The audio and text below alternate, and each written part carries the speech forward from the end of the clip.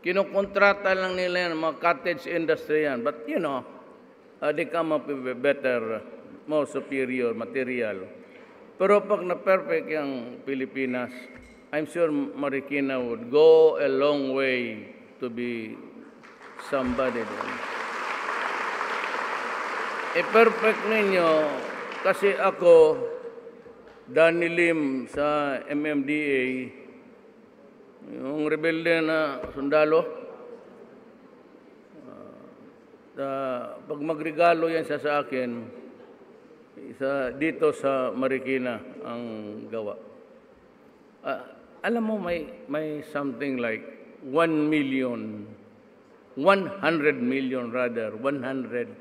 million Filipinos. Pero mo ilang paayan?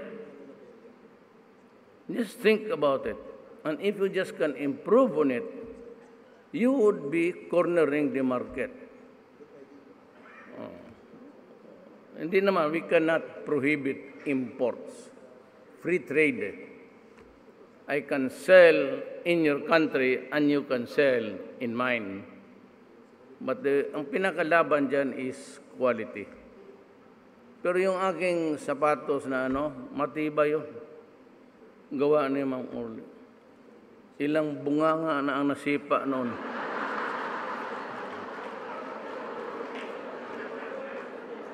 Bastos ako, totoo. Ganoon ako ka-bastos. Naninipa talaga ako ng tao. At yung mga ulol, pinapakain ko talaga ng pera. You eat. Gusto mo ng pera, putang ina ka.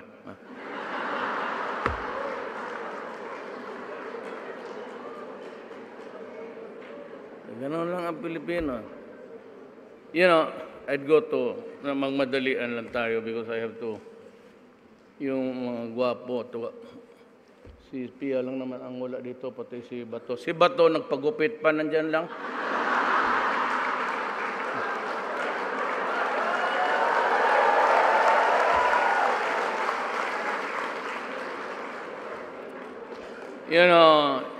Ako naman hindi magtagal sa mundo. There is always a time for everything. Yung mga pare, pati yung Ecclesiastes 3 ng Biblia. There is always a season for everything under the sun. So lahat tayo matatapos.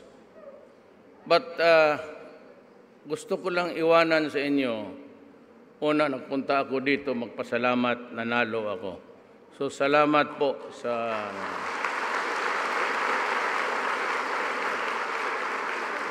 I hope that I am up to it sa expectations ninyo. But ito lang masasabi ko sa inyo. Kaya makita mo ang diskarte ko. This country, the Republic of the Philippines, will never develop until there is law and order and corruption is stopped. Tandaan ninyo. Baski bigyan mo ng 5 termino ng isang tao with the same setup na ganito. At saka yung mga politika. Yung politika mo, you are who you elect. Kaya pagka nandiyan ka, huwag kang magreklamo na, putang ina, wala itong ginawa. Puro daldal. Hindi lang kayo ninyo eh. So, ang politika mo, your dimension, sa pagtingin mo sa bayan, pati politics, is you are who you elect.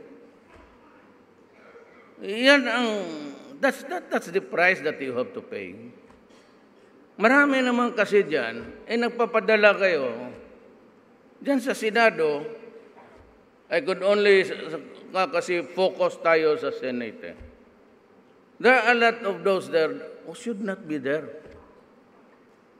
Ang personality, then he was supported by, walang ginawa except to criticize. para lang masabi nila mas marunong sila at may alam sila. And there is one lady who is eternally sarcastic, wala namang utak, and every time she talks, she does not consult a lawyer, she commits blunder all the way. Parang magmarunong na aktivista na wala namang laman at walang ginawa. Yung mga ganon, maingay. One example na dito. Ang correct na tao na elect ninyo, he criticizes me. He does not agree with me on all fours, all the time. Pero nasabi niya, hindi pwede yan. And the administration, when you talk of administration, yun yung humahawak sa executive department. Hindi naman binibira, but he is very kind of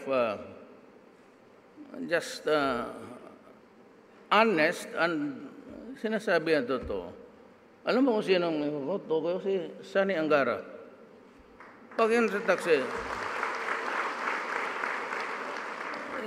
we cannot, alam mo bakit? May I just be, kung upo kayo ng mga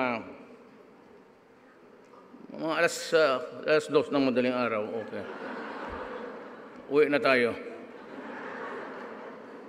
There is not enough money to go around in the first place. You can only collect taxes that much. Beyond that, hindi kaya ng tao. So, kagaya ka ng bahay, ang anak mo walang trabaho, ikaw walang trabaho, asawa mo walang trabaho, may 4 ka na anak. So you start a business. Maghiram ka sa kapitbahay mo, magmaruya ka.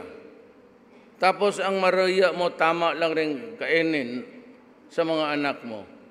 So ipagbili mo sa anak mo na walang pera, utangin niya. Tapos, ganun ang pamilya ng Pilipino. Kasi may mga trabaho yung iba naman makabigay, yung iba hindi. Ganyan yan. Tsaka wala tayong production kung hindi maruya. Wala tayong raw materials, masyado. But that is not the general picture. Ang sample ko lang, kasi may kapitbahay tayo, ang Amerikano, lahat ng mga anak niya empleyado, lahat niya makabili ng kotse, lahat sila makapagbili ng mga bahay-bahay sa likod.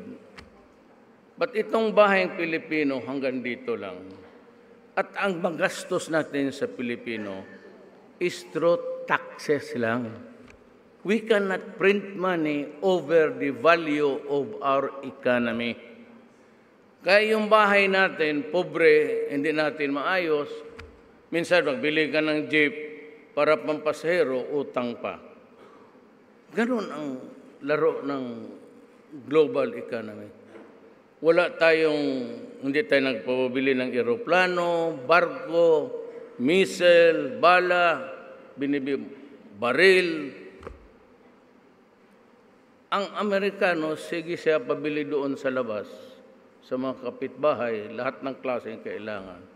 Tayo, kukunti lang atin, maruya, minsan makatsamba tayo ng fruits, prutas. So ang economy natin dito lang. Ang economy ng Amerikano dito. Kaya ang pera nila mabigat. Sa $1, ang katumbas niyan, 42 pesos per dollar. Ayan. Kaya yan siya. Magbigay yan ng pera kung mayroon. Kaya kung wala, paghati-hatiin niya nila sana. Ngayon sabihin niya, magastos masyado yan. No? At hindi tama yung paggastos niyan. Siya yan. And I take no offense actually. I have been mayor for 23 years sa Davao. A congressman and a vice mayor for my daughter. How many years is that? Kung hindi ko pa alam ang gobyerno, napakabobo ko naman. Ganun ako katagal. So, ganun ang Pilipinas. So, gusto ko yung mga taong, balik tayo, law and order. Sa Mindanao, sabi ko nga, hindi nga makipag-away ang Mangudadato. Pero meron naman yung MILF. Nakapag-ariglo na tayo sa kanila. Although there is still the decommissioning of the firearm. So nandiyan pa yung armas. How many fronts am I facing there, fighting a war? Abu Sayyaf, ISIS yan. Walang pag-asa yan. Is it totally bankrupt? I don't know if it's a grouping. What they know is simbahan, paputukin, massacre, and decapitate people, honest people, asking for ransom. Mayroon ako niyan. So, mayroon akong bagong division sa... Pinuno ko talaga ang hulo ng sundalo. Well, that has to stop. Then, yung MI na ariglo ko na. But Miss Wari, kagabi, galing siya sa abroad, I allowed him to go out kasi may kaso siya. Sabi ko, when you come back, come here and we'll talk.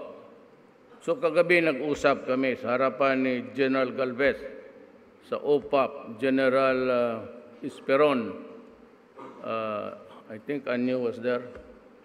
Basta apat na general. Sabi ni Ms. Wari, sabi ko, let us talk sa iyo. Sabi niya, sige, pero ito ang gusto ko, federalism. Sabi ko, kung wala ng iba, yung federalism, huwag natin kalimutan, passed by Congress. Sabi ni Ms. Wari, and I am making it public, and you can ask the persons over there. Sabi niya, Rod, magkaibigan, Brad. Pero, you know, you have to have something like this. We want a federal setup because that was promised by Cory.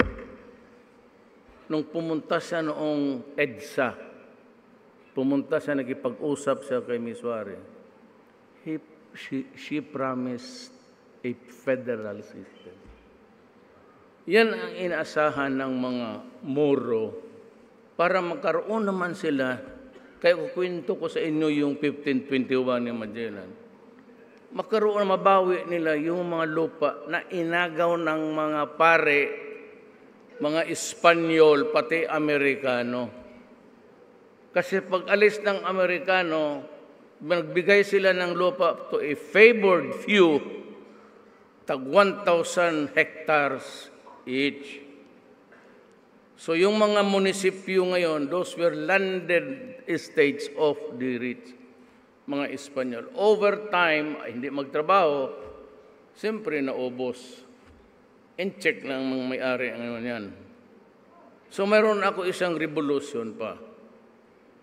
Ang MI, ang MN, sabi ni Ms. Wari kagabi, if you do not give it to me, let me be very honest. I will go to war. Sasabi ko, I understand that, Nur.